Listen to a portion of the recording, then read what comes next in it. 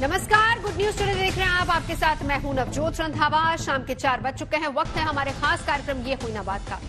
आम हो या खास, हर कोई आजकल अच्छी सेहत के लिए सोच रहा है। अच्छी सेहत के लिए दवाइयों का सहारा लिया जा रहा है और इन दवाइयों के नाम पर लोग मल्टीविटामिन सबसे ज्यादा खा रहे हैं।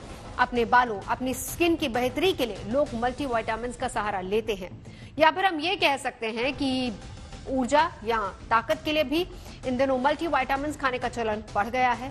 सोच बन गई है कि विटामिन की गोलियां खाने से बॉडी फिट रहती है, बीमारी दूर होती है, उम्र का असर कम दिखता है। लेकिन ये धारणा गलत है। सच्चाई ये है कि विटामिन का जरूरत से ज्यादा डोज आपको बीमार कर सकता है।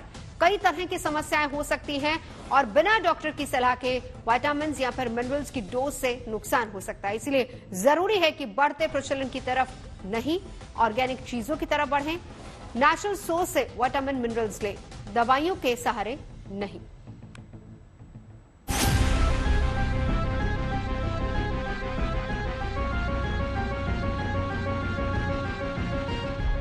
क्या आप भी उन लोगों में शामिल हैं जो चुस्त दुरुस्त रहने के लिए बिना डॉक्टर की सलाह के मल्टीविटामिन के कैप्सूल्स ले रहे हैं? क्या आपको भी लगता है कि मल्टीविटामिन ये गोलियां आपके फिट रहने की गारंटी हैं? तो समझ लीजिए कि ये वक्त संभलने का है। कुछ सालों से जिस तरह से मल्टीविटामिन की खपत बढ़ी है और इसका सेवन करने वाले बगैर सोचे समझे इसका इस्तेमाल भी कर रहे हैं, वो बेहद खतरनाक है। विटामिन हमारी बॉडी के लिए बहुत इंपॉर्टेंट है, बट हमारी बॉडी कुछ विटामिन बना नहीं पाती है, इसीलिए हम वो विटामिन फूड से एक्वायर करते हैं।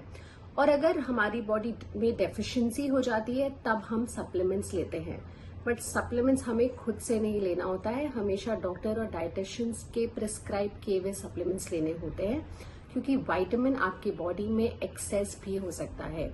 जिंदगी की भागदौड़ में लोगों के पास इतना वक्त नहीं कि वो संतुलित भोजन के साथ संतुलन बैठा सके। लिहाजा लोगों को मल्टीविटामिन की गोलियों से जरूरी तत्वों की कमी पूरा करना आसान लगता है। यही नहीं, टीवी से लेकर सोशल मीडिया पर मल्टीविटामिन दवाइयों के विज्ञापन हैं और ये दवाइयाँ किसी भी केमिस्ट की दुकान पर आसानी से उपलब्ध हैं। लिहाजा बिना नुकसान की परवाह किए लोग इन गोलियों को धड़ल्ले से खा भी रहे हैं। ऐसे में जरूरी है कि पहले शरीर और विटामिन की साइंस को समझा जाए। विटामिन दो प्रकार के होते हैं, एक है वाटर सोल्यूबल विटामिन और fat soluble vitamin. Water soluble vitamin अगर बॉडी में एक्सेस होता है, भले ही उसके आपको इफेक्ट्स तो दिखेंगे, बट वो यूरिन से निकल भी जाता है। बट जो फैट सोल्यूबल विटामिन है वो बॉडी में जाके एक्यूमुलेट होगा। ये विटामिन है जैसे vitamin A, vitamin D, vitamin E, vitamin के एक्सेट्रा। फैट सोल्यूबल विटामिन क्योंकि बॉडी में जाके एक्यूमुलेट होता है तो उसकी टॉक्सिसिटी बढ़ सकती है।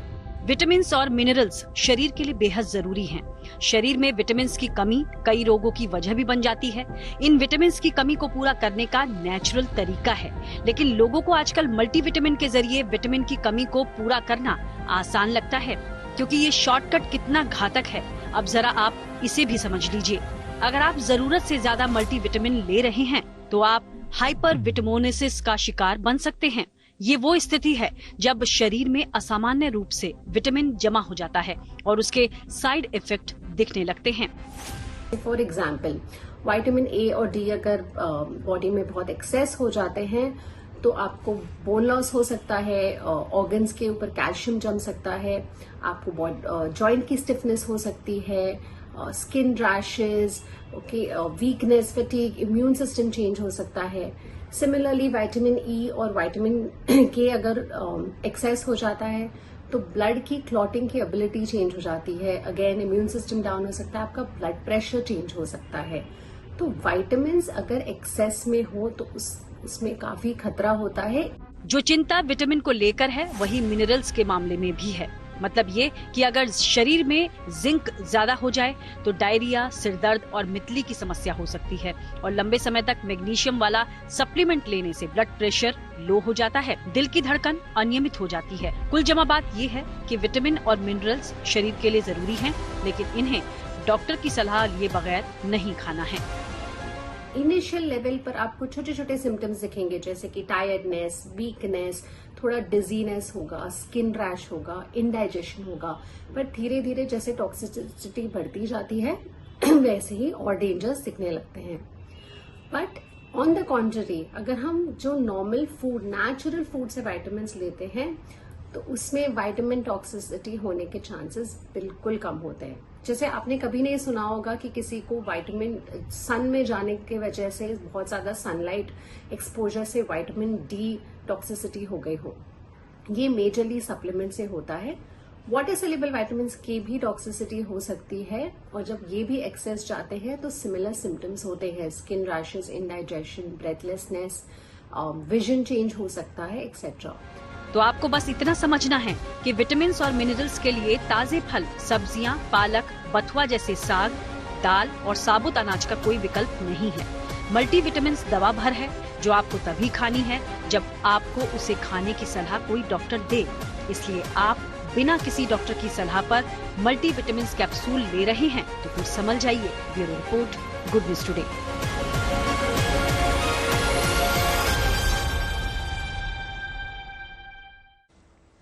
तो मल्टीविटामिन खाना क्या जरूरी है या फिर ये एक मजबूरी है? वैसे आजकल ये एक फैशन भी है। हम आज इसी पर चर्चा करेंगे कि किसको खानी चाहिए, किसको नहीं खानी चाहिए, कितनी जरूरी है, कितनी जरूरी नहीं है, और बिना डॉक्टरी सलाह के अगर आप मल्टीविटामिन खाते हैं तो इसके साइड इफेक्ट क्या हो सकते हैं। उससे पहले हम एक डेटा आपको दिखाते हैं मल्टीविटामिन पर। कुछ बातें हम आगे करें। एफएसएसएआई का एक डेटा है 2019 से 2022 का जो सर्वे हुआ है, उसके मुताबिक जो आंकड़े बताते हैं उस पर बहुत ज्यादा गौर करने की जरूरत है। इसीलिए आज हम इसी मुद्दे पर चर्चा कर रहे हैं। दरअसल 16% से ज्यादा की रफ्तार से बढ़ी है डाइटरी सप्लीमेंट्स की पूरी मार्केट। और भारतीय बाजारों की अगर बात करें तो 936 तरीके के मल्टीविटामिन फॉर्मूला उपलब्ध है मार्केट में। 2019 से 2022 के बीच 4,890 डाइटरी सप्लीमेंट्स हानिकारक साबित हुए हैं। 2019 से 2022 के बीच 16,582 डाइटरी सप्लीमेंट्स मानकों पर खरे नहीं उतरे हैं। 2019 से 2022 के बीच 11,482 डाइटरी सप्लीमेंट्स पर लिखी बातें पूरी तरह से भ्रामक है। रिसर्च के मुताबिक भारत में 37% लोग सप्लीमेंट्स का इस्तेमाल करते हैं। विटामिन सप्लीमेंट्स का इस्तेमाल करने वालों में 58% महिलाएं हैं। 50% लोग ऐसे हैं जो डॉक्टर की सलाह पर मल्टीविटामिन लेते हैं, जबकि 26% लोग ऐसे हैं जो फिर दोस्तों या फिर परिवारों किसी की भी सलाह पर मल्टीविटामिन डोजेस लेते हैं।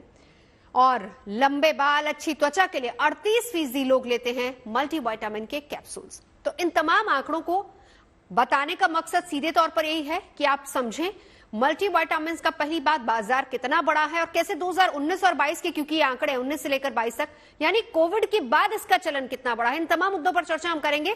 हमारे साथ तमाम खास मेहमान जुड़ चुके हैं, परिचय करा देती हूं। हमारे साथ हैं doctor Mohsin Wali, senior physician हैं, कंसल्टेंट हैं गंगाराम अस्पताल से। बहुत बहुत स्वागत है डॉक्टर साहब आपका। Doctor DK Gupta, CMD Felix अस्पताल से हमारे साथ इस वक्त मौजूद हैं, पेडिट्रिशियन भी हैं। डॉक्टर मुक्ता अग्रवाल, इंटरनल मेडिसिन स्पेशलिस्ट हैं, मणिपाल अस्पताल से। और डॉक्टर मनप्रीत सोडी, गायनेकोलॉजिस्ट है, पारस अस्पताल से। आप सभी का बहुत बहुत स्वागत है। शुरुआत करेंगे सबसे पहले डॉक्टर मोहसिन वली आपसे। इतना बड़ा आपका एक्सपीरियंस, इतना लंबा एक्सपीरियंस है, डॉक्टर साहब ये बताएं, मल्टीविटामिन जरूरी, मजबूरी या एक फैशन? देखिए, जरूरी तो मैं नहीं कहूंगा अनलेस डेफिशिएंसी हो किसी पर्टिकुलर विटामिन की। मजबूरी इसलिए है कि कभी कभी हम ही लोग लिख देते हैं और हम ही पेशेंट से कहते हैं विटामिन ले लीजिए। और फैशन बहुत ज्यादा हो रहा है आजकल, ऑनलाइन लोग सर्च करते हैं। जैसे आपने, मैं शायद बोलने जा रहा था और आपने मेरी बात कह दी कि लंबे बालों के लिए विटामिन सर्च करती हैं लड़कियां, और इवन मेल्स भी घने बालों के लिए। तो ये फैशन जो चल रहा है, ये एक बीमारी में ना बदल जाए, इसके बीच में बड़ी एक थिन लाइन होती है, उस लाइन पे हमें रुकना होता है। दूसरा, बहुत जो कॉमन इंडिया में टॉक्सिसिटी होती है वो मिनरल्स की भी होती है, जैसे कि आपने बिल्कुल सही बताया। और मोस्ट कॉमन आयरन और कैल्शियम की टॉक्सिसिटी होती है। एक ये बात हो गई।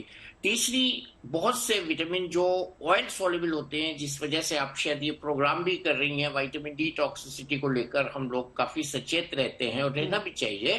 तो वो शरीर के लिए इतने ज्यादा हानिकारक हो जाते हैं कि इनडायरेक्टली, जैसे मैं एग्जांपल दे रहा हूँ विटामिन डी का, तो कैल्शियम के बढ़ने से हार्ट इन्वॉल्व हो जाता है।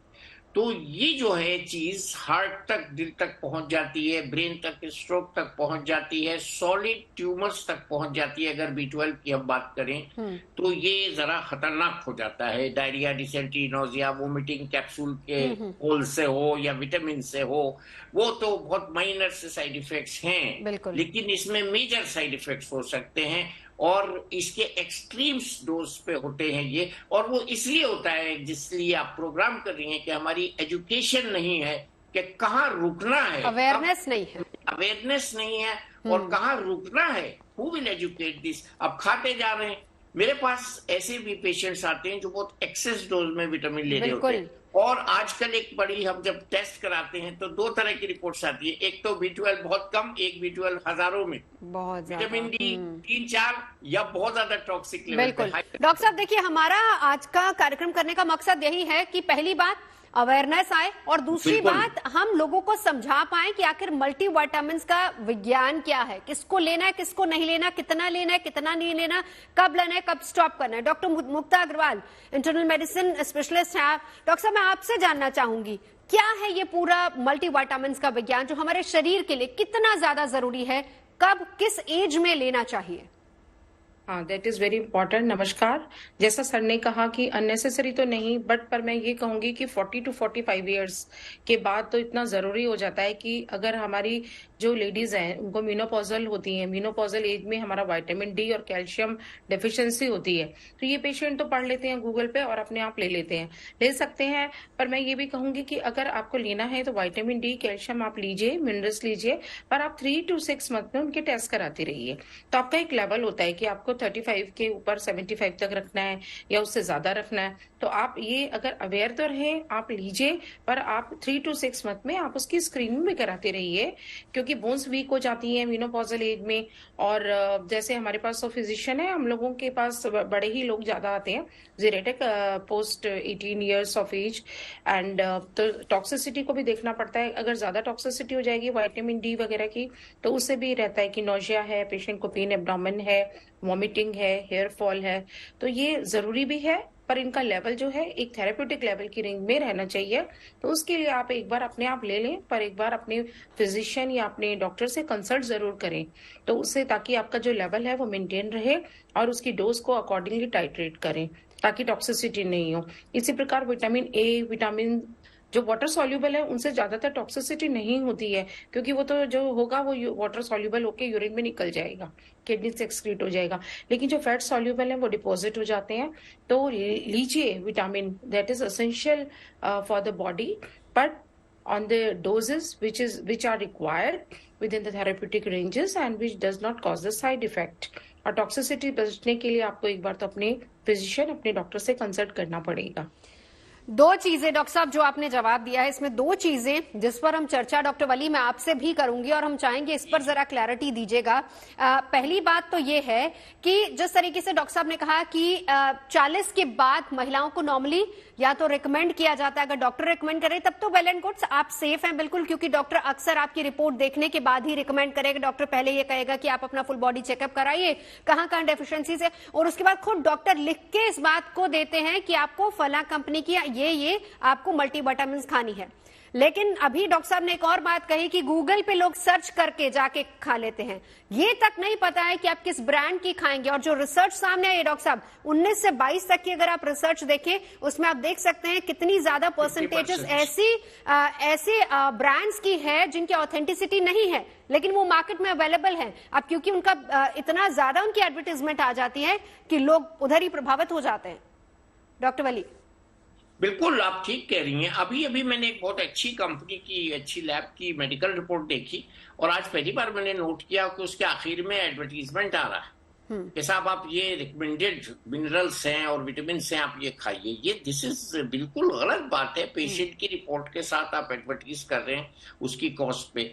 और दूसरा, जैसे कि आपने बताया और डॉक्टर साहब ने भी बताया कि मेनोपॉज के बाद सही है, प्रधानमंत्री जी ने स्कीम चलाई है आयरन डेफिशिएंसी इंडियन लेडीज में बहुत ज्यादा है। आयरन एब्जॉर्ब नहीं होता जब तक विटामिन सी एडिक्वेट ना हो, आयरन से एनीमिया जब तक ठीक नहीं होता जब तक फोलिक एसिड एडिक्वेट ना हो। तो ये बहुत कॉमन है इंडिया में, लेडीज में खास तौर से, और उनको विटामिन खाने हैं। ऐसी गांव में रतौंधा होता है, नाइट ब्लाइंडनेस होती है, बच्चों को विटामिन ए की कमी होती है, विटॉट्स स्पॉट होते हैं, स्किन कंडीशन होती है, बी कॉम्प्लेक्स की कमी से बाल झड़ते हैं। ये सब चीजें बहुत कॉमन है गांव में। अभी भी हमें, मेरे पास लेडीज आती हैं गांव से, 11 बच्चे, 8 बच्चे, 9 बच्चे, 10 बच्चे, और कॉमनली वो लेडीज आती हैं और बड़े फख्र के साथ कहती है मैंने 8 बच्चों को दूध पिलाया। मैं उनसे कहता हूँ आप नीचे से बैठ के जब उठती हैं आपको दर्द होता है कमर में, हड्डियों में? हाँ, ये विटामिन डी की कमी है। तो ये सब चीजें अभी हैं हमारी सोसाइटी में। डेफिशिएंट सोसाइटी है हमारी विटामिन मिनरल्स के मामले में। कहीं के पानी में कहीं ज्यादा है, जैसे आयरन कहीं ज्यादा है तो वो आयरन टॉक्सिसिटी हो रही है। मैं तो कहूंगा कि मिनरल्स की जब हम बात कर रहे हैं तो हमें बंगाल की उन जगहों की भी बात करनी चाहिए जहां मैग्नीज और संख्या, जिसको स्ट्रोंशियम कहते हैं, मैग्नीज कहते हैं, संख्या इज आर्सेनिक, वो है। ये एक्सट्रीम्स हैं हमारी कंट्री में। हम यूके की तरह नहीं कह सकते don't write vitamin, no, we have to prescribe vitamin, but patient should not prescribe. Auto prescription नहीं होना चाहिए। बिल्कुल वही बात की गूगल पर देखकर नहीं जाना चाहिए। डॉक्टर मनप्रीत सोढी, डॉक्टर गुप्ता मैं आपके पास लौटूंगी, लेकिन एक सवाल जरा डॉक्टर मनप्रीत को इंक्लूड करके करना चाहूंगी, क्योंकि बच्चों की बात उसके बाद लेकर आएंगे। उससे पहले जो प्रेग्नेंट लेडीज होती हैं उनको अक्सर रिकमेंड किया जाता है, लेकिन ये चलिए अच्छी बात है कि उनका परसेंटेज बहुत कम है ऐसी लेडीज का जो सेल्फ खुद से जाकर दवाई ले आती है। लेकिन अक्सर जो एक्सपेक्टिंग लेडीज होती है, प्रेग्नेंट लेडीज होती है, उनको आप लोग रिकमेंड करते हैं कि आप मल्टीविटामिन खाइए। जी बिल्कुल रिकमेंड करते हैं। एक्चुअली विमेन्स हेल्थ के बारे में तो मैं ये चीज हाईलाइट करना चाहूंगी कि सेल्फ प्रिस्क्राइब तो क्या, लेडीज तो यहाँ पे डॉक्टर की प्रिस्क्रिप्शन पे भी विटामिन ढंग से नहीं ले पाते हैं। Specially pregnant ladies, they are deficient in iron, iron की कमी हो जाती है, नहीं लेते हैं। विटामिन डी की डेफिशिएंसी होती है, उसको लेने की इंपॉर्टेंस नहीं समझते हैं। हर सिटिंग में उन्हें एक्सप्लेन करना पड़ता है कि आपके लिए क्यों जरूरी है कि आप विटामिन डी लें, आपके बच्चे की ग्रोथ के लिए क्यों जरूरी है। Folate which is very important बच्चे की डेवलपमेंट के लिए, उनके न्यूरल ट्यूब डिफेक्ट्स को प्रिवेंट करने के लिए। पर इन चीजों के ऊपर भी हम अपनी विमेन पॉपुलेशन को एजुकेट कर पाए, इसके मौके उनकी एंटीनेटल विजिट्स पे आते हैं, जो कि कई बार इतनी लेट होती हैं कि वो आधा तो अपना रिजर्वायर लूज कर चुकी होती हैं, अनीमिक हो जाती हैं, 7 ग्राम हीमोग्लोबिन में आ रही हैं। विटामिन डी डेफिशिएंसी के कारण बच्चे में और माँ में कमी मिल रही है। फोलेट नहीं लिया, इसके कारण बच्चे में न्यूरल ट्यूब डिफेक्ट्स मिल रहे हैं।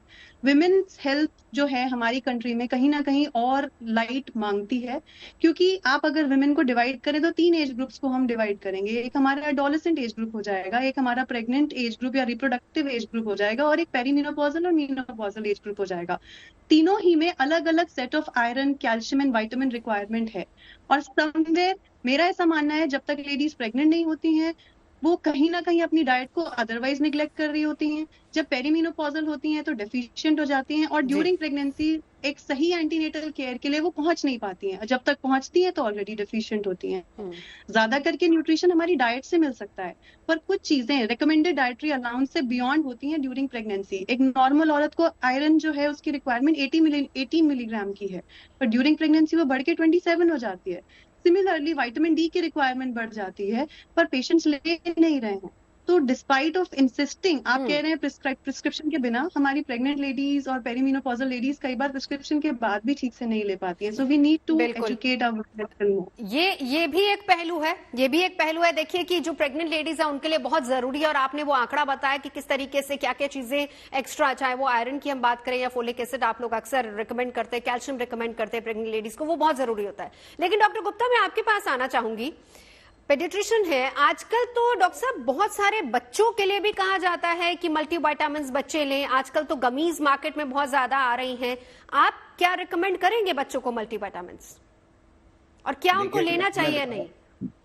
बिल्कुल, तो पहले मैं बताना चाहूंगा कि खाली भारत वर्ष में नहीं पूरी दुनिया में जो हाइपर विटामिनोसिस वो बहुत कॉमन है। अगर बात करते हैं यूएस की भी, तो वहां पे कई सारी स्टडी हुई है, उसमें देखा गया है कि जो लगभग 60-70 हजार लोगों में जो हाइपर विटामिनोसिस देखी गई थी उसमें 80% बच्चे थे जो अंडर 6 साल के थे। इवन इंडिया में भी जो जितनी भी टॉक्सिसिटी होती है विटामिन की वजह से, वो ज्यादातर मेजोरिटी ऑफ केसेस बच्चों में होता है। बिकॉज बच्चों में हम vitamin A, vitamin D, vitamin B12 और बहुत सारे मल्टीपल विटामिन देते हैं, बिकॉज बच्चों में डेफिशिएंसी बहुत सारी होती है। बट कहीं ना कहीं जो मदर्स को एक्सप्लेन सही से नहीं कर पाते हैं, या वो डोज समझ सही से पाते हैं, या कितनी ड्यूरेशन तक देनी उन्हें पता नहीं होता, वो लॉन्ग ड्यूरेशन तक विटामिन ए और विटामिन डी कंटिन्यू रहती है, उसकी वजह से बच्चों में बहुत सारे कॉम्प्लिकेशंस होते हैं। इवन अगर हम विटामिन ए की बात करते हैं तो बच्चों में स्किन रैशेस से लेके टॉक्सिसिटी लेके नोजिया, वॉमिटिंग, सर दर्द होना, हेडेक होना, और जो हमारा इंट्राक्रैनियल प्रेशर है, विटामिन ए तो अगर हाइपर डोज में चली गई तो सर के अंदर जो ब्रेन है उसके अंदर प्रेशर बढ़ जाता है, उसके बच्चे को वॉमिटिंग होना, कन्वर्जन आना, दौरे पड़ना, अनकॉन्शियसनेस होना, सिम्टम्स आए। और मैंने मेडिकल कॉलेज में, इवन अपनी प्राइवेट प्रैक्टिस में कई सारे ऐसे बच्चे देखे जो इस तरह के सिम्टम्स लेके आते हैं, जिसमें बाद में पता लगा कि उसने विटामिन ए बहुत लंबे समय तक दे दिया। कहीं ना कहीं उसमें जो गलती थी वो हमारे डॉक्टर की भी थी थोड़ी बहुत, कि हमने सही से उसको एक्सप्लेन नहीं किया, क्या डोज होनी चाहिए, क्या ड्यूरेशन होनी चाहिए, क्या फ्रीक्वेंसी होनी चाहिए, कैसे मॉनिटर करना है। तो इसलिए खास करके गांव में, जैसे मेडिकल कॉलेज में बहुत सारे अंडर प्रिविलेज लोग आते हैं, कम पढ़े लिखे लोग आते हैं, उनको मुझे लगता है कि विटामिन के बारे में बताना, एजुकेशन देना, अवेयरनेस देना बहुत जरूरी है। क्यों हम दे रहे हैं, क्या रीजन है, कितने दिन तक देना है, कब रिपीट ब्लड टेस्ट कराना है, कौन से सिम्टम्स या साइंस जब खत्म हो जाएंगे तब हमें इसको बंद करना है, कब फॉलो अप में आना है। तो कहीं ना कहीं ये बहुत इंपॉर्टेंट बात है। दूसरी बात मैं बताऊंगा, इसमें जो हम ओवरडोज विटामिन की हो रही है, कहीं ना कहीं इसमें पेरेंट्स भी जिम्मेदार है। बच्चों के केस में चाहे वो दादी आए, नानी आए, मदर आए, उसको हर बच्चे के मदर को लगता है कि उसका बच्चा अच्छा खा पी नहीं रहा, अच्छी ग्रोथ नहीं हो रही है, उसके अंदर विटामिन कमी है, उसके भूख कम लगती है, उसका फेलियर टू ग्रोथ है। तो कहीं ना कहीं वो सीडिंग कर देते हैं डॉक्टर के पास आते ही कि बच्चा ग्रो नहीं कर रहा है, उसकी वजह से। बिल्कुल डॉक्टर मोहसिन, अभी हम डॉक्टर गुप्ता से भी बात कर रहे थे, डॉक्टर सोडी से भी बात कर रहे थे, उन्होंने बताया अलग अलग तरीके से कि कैसे। पहली बात तो देखिए, इसमें कोई दो राय नहीं है कि एक्सपेक्टिंग लेडीज या प्रेग्नेंट लेडीज, उनके लिए बहुत जरूरी होते हैं मल्टीविटामिन्स, क्योंकि डेफिशिएंसीज होती है और वहां बहुत जरूरी भी है, और वो रिकमेंडेड बाय द डॉक्टर होते हैं, जो लेना भी चाहिए। डॉक्टर गुप्ता से जो चर्चा हो रही थी वो ये हो रही थी कि आजकल मदर फादर अपने आप में डॉक्टर बने होते हैं। सवाल यहां पर यह है डॉक्टर साहब, हाल फिलहाल में स्पेशली अगर बात करें कोविड के बाद, मल्टीविटामिन्स का चलन बहुत ज्यादा बढ़ गया, यहां तक कि बच्चों के लिए छोटी छोटी गमीज भी आ गई हैं, जो पेरेंट्स को लगता है कि ठीक है अगर हम बच्चों को दे देते हैं ये तो अच्छा ही है बच्चों के लिए। कह रही है एक बहुत बड़ा ये बाजार बन गया है, मार्केट बन गया है, मल्टी बिलियन डॉलर मार्केट बन जाएगा थोड़े दिनों में, अभी भी है। ये एक तरह की एक एपिडेमिक सी हो गई है कोविड के बाद, कि हर आदमी विटामिन खाना चाह रहा है कि हमें रिकवरी हो जाए, हमें इम्यूनिटी की बात कर रहे थे लोग उन दिनों, विटामिन खाइए इम्यूनिटी बढ़ाइए, जबकि इम्यूनिटी एनहांस होती है, बढ़ाई नहीं जाती, इंक्रीज नहीं होती। तो ये वहां से चला। आपने बिल्कुल ठीक पॉइंट आउट किया कि कोविड से बचने के लिए लोग खाते खाते अब हर घर में शीशियां आ गई। अच्छा, वो कॉमर्शियल एंगल भी है इसका। वो कंपनियां, जैसे कि आपने बताया, कि इस तरह से देखती हैं कि अगर हम मेल्स को अट्रैक्ट करना चाहते हैं तो हम उसके नाम के आगे मेन लगा दें, ऐसी फीमेल्स को अट्रैक्ट करना चाहते हैं तो लेडी लगा दें या विमेन लगा दें। तो मैं नाम नहीं लूंगा, अच्छी बात सर नहीं आजकल तो मैं थोड़ा और एड ऑन कर देती हूँ, multivitamins for 30+, multivitamins for 40+, then 50+, then 60+, ये भी आने लगा है सर। हाँ, देखिए, हमको ये बताया जाता था कि पौष्टिक आहार लें, माँ का दूध बच्चे पिएं, घर का खाना खाएं, जंक फूड ना खाएं। ये सारी जो विटामिन की जरूरत पड़ रही है लोगों को, इसलिए पड़ रही है कि घर का खाना छोड़ दिया, पौष्टिक आहार छोड़ दिया, एक्सरसाइज छोड़ दी, विटामिन का जो सोर्स है हरी सब्जियां, फल, वो छोड़ दिए। अब हम लोग वेस्टर्न डाइट, पिज्जा बर्गर और उस पे आ गए, नूडल्स पे, तो उसमें विटामिन कहाँ है? बिल्कुल। तो हमको ये इसको डिफीट देने का एक ही तरीका है, हाँ, कि हम घर का बना हुआ खाना खाएं और हमारी लेडीज अपने बच्चों को दूध पिलाएं, उसमें खुद वो विटामिन खा लें, बच्चे को ना खिलाएं। हाँ, डॉक्टर गुप्ता हमारे साथ। डॉक्टर गुप्ता, आप कुछ कहना चाह रहे हैं इस पर? डॉक्टर साहब अपनी बात रखिए। खाली आप मेल फीमेल की नहीं, जो अब तो जैन के लिए अलग विटामिन है, वेजिटेरियन के लिए अलग विटामिन है, या अपने नॉन वेज वालों के लिए अलग विटामिन है। तो इतनी सारी कैटेगरी हो गई, जैसे एक मार्केट हो गया, इसमें मार्केट में बहुत सारी सेगमेंटेशन कर दी। इसी बात को डॉक्टर वाली एक्सप्लेन कर रहे थे डॉक्टर गुप्ता, कि देखिए मार्केट इतना बड़ा हो गया है, डाल दिया, जिंक से ग्रोथ बढ़ जाएगी। तो कहीं ना कहीं इतना कंफ्यूजन, और इनको तो अलाउ नहीं करना चाहिए किसी भी कंपनी को, किसी भी फार्मा कंपनी को, कि वो ऑनलाइन प्रमोशन करें, चाहे वो टीवी पे हो, चाहे वो फेसबुक पे हो, चाहे किसी भी सोशल मीडिया को, कि ऐसा कैसे अलाउ कर सकते हैं कि आप विटामिन खाएं और तंदुरुस्त हो जाएं। और खासकर जिम के अंदर, एथलीट्स के अंदर, जो जितने लोग जिम कर रहे हैं, जितने एथलीट्स हैं, वो कहीं ना कहीं इन सब चीजों से इन्फ्लुएंस होते हैं। और बहुत सारे जो सेलिब्रिटीज हैं, बहुत सारे जो इन्फ्लुएंसर्स हैं, वो कहीं ना कहीं आके खुद बोलते हैं, वो खुद नहीं खाते, वो खुद बोलते हैं, उसकी वजह से बहुत सारी पॉपुलेशन हाइपर विटामिनोसिस में जा रही है। इसीलिए तो डॉक्टर साहब हमने शुरू में इस बात का जिक्र किया था कि एक फैशन हो गया है, आप कौन से ब्रांड की खा रहे हैं, आप कौन से ब्रांड की। जी डॉक्टर साहब। अमेरिका में ये कारोबार बन गया है। अभी रिसेंटली मेरी बिटिया ने बताया कि लोग जा जाके मल्टीविटामिन की ड्रिप्स लगवा रहे हैं, वहाँ उस जैसे देश में भी ये शुरू हो गया है, तो हमें इसको बिल्कुल रोकना है, नहीं तो यहाँ भी ये शुरू हो जाएगा। ठीक है डॉक्टर, ठीक है, मैं एग्री करता हूँ डॉक्टर गुप्ता से पूरी तरह से। जी डॉक्टर मुक्ता, ये बताइए कि अगर अब मान लीजिए कि हम डॉक्टर की रिकमेंडेशन से भी मल्टीविटामिन ले रहे हैं as recommended and prescribed by the doctor, उसी प्रिस्क्रिप्शन के आधार पर हम मल्टीविटामिन ले रहे हैं, कितना मल्टीविटामिन, हम कहें कि एक मल्टीविटामिन टैबलेट से या फिर एक कोर्स ऑफ मल्टीविटामिन से हमारे अंदर कितनी डेफिशिएंसी कवर अप होती है, और क्या इसका कोई साइकिल होता है, कब कब लेना चाहिए? सर मैम ये भी एक्सप्लेन कीजिए जरा। हाँ जी मैम, ये तो है, साइकिल भी होता है, इसका ड्यूरेशन भी होता है, इसका कोर्स भी होता है। कुछ विटामिन को हमें लेना पड़ता है 1 to 3 मंथ्स के लिए, कुछ को हमें 6 मंथ्स भी लेना पड़ता है, अकॉर्डिंग टू द पेशेंट की एज एंड पेशेंट की जो डेफिशिएंसी है, या पेशेंट मॉर्बिड है, पेशेंट को कोई ऐसी मेडिसिन चल रही है जिससे उसका विटामिन, लाइक कुछ पेशेंट डायबिटीज के होते हैं जो they are taking oral anti diabetic drug, तो they are deficient for vitamin B12, तो वो लेते हैं, तो उनका हमें वो कराना पड़ता है, 3 to 6 मंथ्स उनको लेना पड़ता है, फिर उसका विटामिन B12 वगैरह का लेवल कराइए, अगर कम है तो हमें देना है, और अकॉर्डिंग टू डॉक्टर कंसेंट ही देना है कि इतना देना है, कि इतनी डोज 15 माइक्रोग्राम पर डे देनी है, और फिर उसके बाद उनको बुला के हमें फॉलोअप कराना पड़ेगा, नहीं तो हाइपरविटामिनोसिस के चांसेस रहेंगे। तो एक जीरेटिक पेशेंट होते हैं जो मोर देन 60 इयर्स होते हैं, अगर उनका GI ट्रबल है, उनका एब्जॉर्प्शन पुअर है, माल एब्जॉर्प्शन है, या वो they are not able to eat properly, green vegetable नहीं ले रहे, then we have to supplement, folic acid भी देना पड़ेगा, विटामिन B12 भी देना पड़ेगा, विटामिन D3 भी देना पड़ेगा।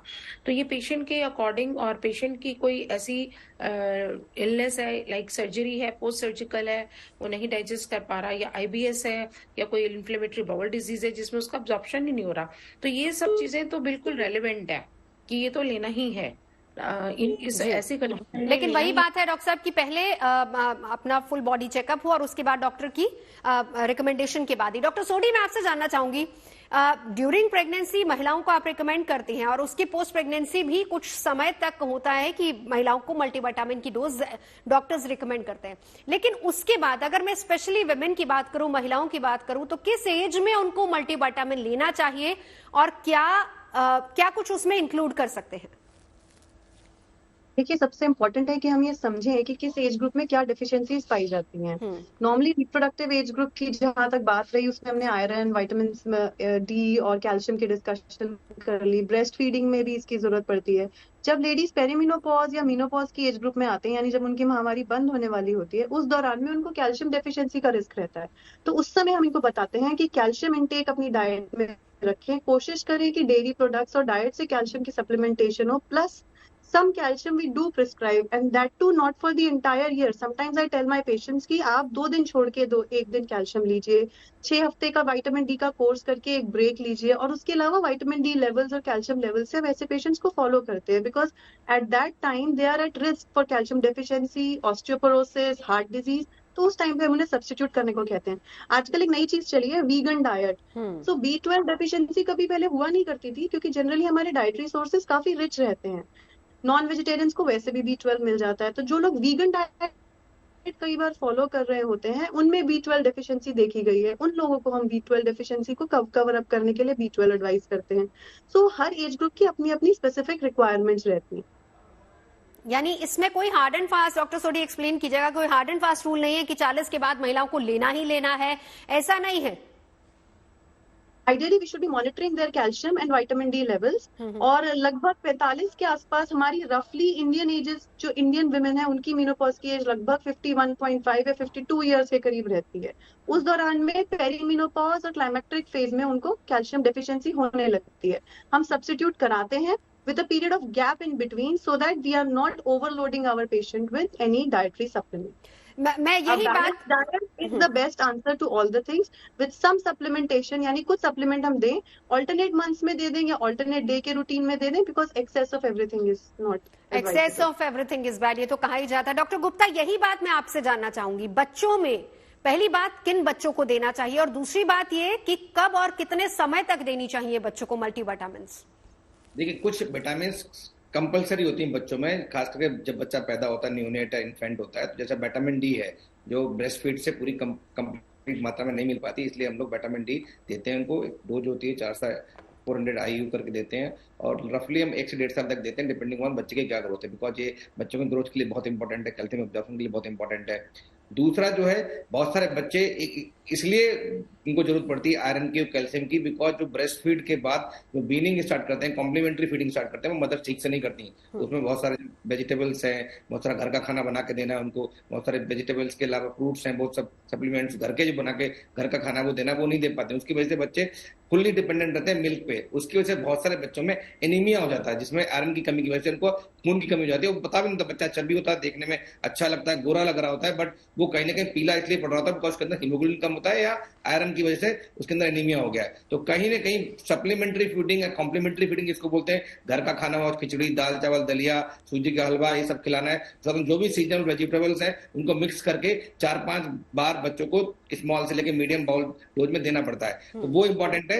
कुछ बच्चों में जरूरत पड़ती है बाद में, अगर लगता है उनकी ग्रोथ अच्छी नहीं हो रही है, फेलियर टू थ्राइव है, मलनरिश्ड है, ऐसे बहुत सारे बच्चे होते हैं जिनकी वजह मलनरिश्ड बच्चे होते हैं, उनको हमें कभी कभी आयरन, कैल्शियम और मल्टीविटामिन देने पड़ते हैं, जिंक देना पड़ता है। वो डेफिनेटली किसी डॉक्टर की सुपरविजन में देना चाहिए, ऐसे अपने आप नहीं देना चाहिए। क्या डोज देनी है डिपेंडिंग अपॉन द, क्या रूटीन उनकी डेली रिक्वायरमेंट है विटामिन की, क्या कितना हमें कैचअप ग्रोथ देनी है बच्चों की, तो सारा मेजरमेंट करके और कुछ ब्लड टेस्ट करा के, फिजिकल एग्जामिनेशन और हिस्ट्री के बेस पे, उसके बाद रेगुलर फॉलोअप में देना पड़ता है और उसका को पड़ता है लगातार। हम खास करके बच्चों में, मैंने बताया 70 to 80% केसेस डेवलप्ड कंट्रीज में बच्चों के अंदर ही पाए जाते हैं जो विटामिन टॉक्सिसिटी के होते हैं। तो कहीं ना कहीं बच्चों पे ध्यान देना है। और माताओं बहनों जो पेरेंट्स हैं, मैं उनसे फिर कहूंगा, डॉक्टर पे बिल्कुल प्रेशर न डालें कि बच्चों को मुझे विटामिन लिखवाना है, और बच्चे इसके अलावा कुछ लंबा नहीं हो रहा बच्चा मेरा, बिल्कुल डॉक्टर को खुद डिसाइड करने दे। डॉक्टर वाली, वक्त की कमी है, लेकिन चलते चलते उस तबके की बात भी कर लेते हैं जो आजकल मल्टी विटामिन लेते हैं। क्यों? क्योंकि बाल अच्छे हो जाए, स्किन अच्छी हो जाए, स्किन यंग रहे।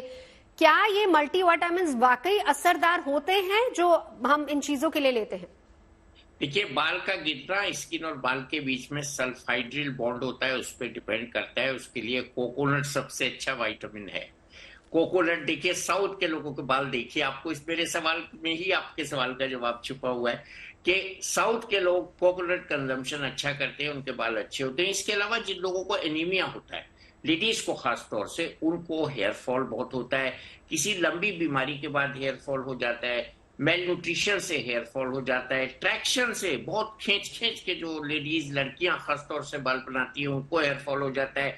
जो बाल रोज डिजाइन बदलती हैं हीटेड क्लैप से, वो उनको हेयर फॉल होता है। तो इन सब कारणों को देखना पड़ेगा, हेयर फॉल क्यों हो रहा है। खाली विटामिन खाने से तो बाल लंबे नहीं हो जाएंगे, नहीं तो फिर बहुत मुश्किल हो जाएगा, तो सभी जगह बाल निकल आएंगे। तो ऐसा कुछ नहीं होता है। आपके शरीर में हष्ट पुष्ट तो आपको होना चाहिए। मैं तो कहता हूं, अगर एवरेज एक्सरसाइज लड़कियां करें तो उनके बालों की ग्रोथ बहुत अच्छी हो जाएगी। और फिर जब अच्छी ग्रोथ हो तो फिर उसको कटवाएं नहीं, उसको ये ना कहें हमसे हैंडल नहीं होते, मैनेज नहीं होते। मैंने अक्सर देखा है जिन लड़कियों के बाल ये डॉक्टर साहब, आपके पास जितने पेशेंट्स आते हैं, जितनी उनकी समस्याएं होती हैं, आज आप वो सब बता दे रहे हैं। बिल्कुल अच्छे बाल हो जाते हैं तो उसको फिर कहती है हमसे मैनेज नहीं हो रहा, कटवा देती है। मुझे बड़ा अफसोस होता है। और उनको फिर जब मैं दोबारा देखता हूं, मैं आई क्राई, रियली क्राई, कि ये आपने इतनी बड़ी नेमत, खुदा की कुदरत को आपने क्यों अपने शरीर से अलग कर दिया। यानी कुल मिलाकर अगर जी डॉक्टर साहब, prescribe without prescription vitamin abuse कहलाता है, यूज नहीं कहलाता है। This is my last message, don't do vitamin abuse, use vitamins. बहुत अच्छी बात कही। देखिए, देश के जाने माने डॉक्टर्स और हमें यही समझा रहे थे, हम आज चर्चा इसी पर कर रहे थे कि मल्टी विटामिन का इस्तेमाल किसे करना है, कब करना है, कितने समय के लिए करना है, करना भी है या नहीं करना। तो सबसे बड़ी बात यह है, निचोड़ सीधा ये है कि पहले डॉक्टर से संपर्क कीजिए, डॉक्टर द्वारा लिखे हुए मल्टीविटामिन को ही लीजिए। आप इधर उधर दूसरी मल्टीविटामिन की तरफ नहीं जाइए, क्योंकि ये आपके शरीर को नुकसान ही करते हैं, इससे फायदा नहीं होता है।